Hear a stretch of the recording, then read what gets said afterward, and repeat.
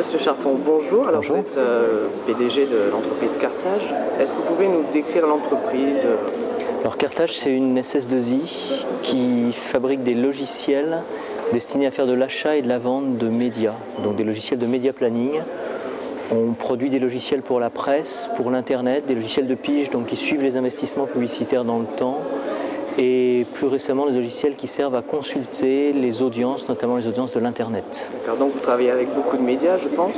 On travaille avec essentiellement la presse et l'internet aujourd'hui, mais ça se développe. Ouais. D'accord, donc les médias, la presse et l'internet, c'était un sujet important de la conférence que vous avez animée tout à l'heure. Est-ce que vous pouvez nous décrire à peu près de quoi il s'agissait? Alors, l'activité des médias pendant la conférence. Oui, ce que j'ai évoqué, c'était de présenter un petit peu la façon dont les médias allaient rentrer en crise et la façon dont la crise se traduisait dans le monde des médias et l'importance que ça pouvait avoir pour des étudiants en SRC qui se destineraient à ce type de formation. Donc l'idée générale, c'est que oui, il va y avoir forcément une crise des médias, simplement parce que le budget publicitaire, c'est un des budgets qu'on coupe en période de crise, quand l'entreprise doit faire des économies. Donc la baisse du budget publicitaire, ça réduit les moyens des agences de publicité, des agences médias, donc les gens avec qui nous on travaille. Ça réduit aussi les moyens des médias eux-mêmes, des chaînes de télévision, des chaînes de radio, des titres de presse. Et donc, à terme, ça a un effet sur la production. Donc ce qu'on constate, c'est que la crise actuelle, en fait, elle se traduit en renforçant un certain nombre de tendances qui existaient depuis une dizaine d'années dans les médias, qui datent du début du siècle en fait, qui sont tout d'abord une tendance de plus en plus forte à la financiarisation, le fait que de plus en plus ces entreprises sont dirigées par des gens qui sont avant tout des financiers et raisonnent très très vite en termes d'argent, actuellement en termes d'économie. Donc le mot important aujourd'hui, c'est de faire des économies, de réduire les budgets.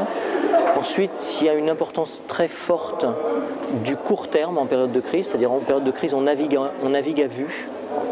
Donc les projets de long terme ne sont pas forcément abandonnés, mais disons qu'ils attirent beaucoup moins l'attention que toute l'activité de court terme.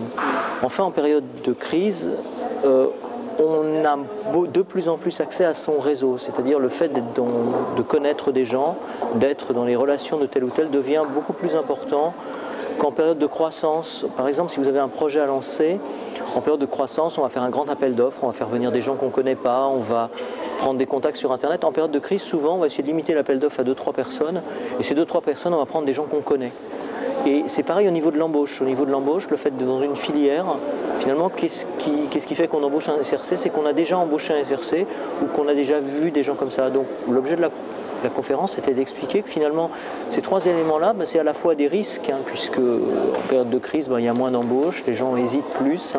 Et ça peut aussi être une chance pour une formation courte, comme un DUT comme le SRC.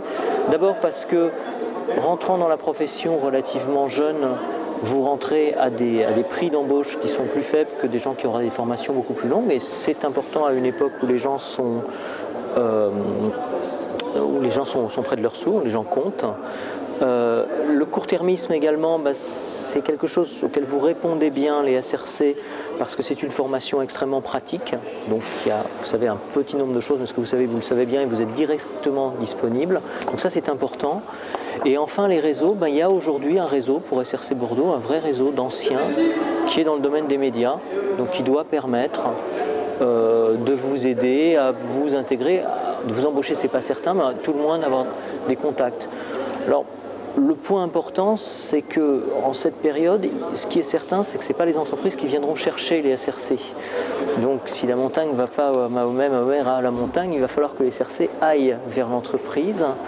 Et c'est assez important de chercher des stages en ayant ça en tête, en se disant qu'un stage, c'est souvent une porte d'entrée. L'expérience a montré que la plupart des SRC qui travaillent aujourd'hui, en fait, ont été embauchés dans les sociétés à l'issue de leur stage. Donc, chercher des gens un petit peu comme ça.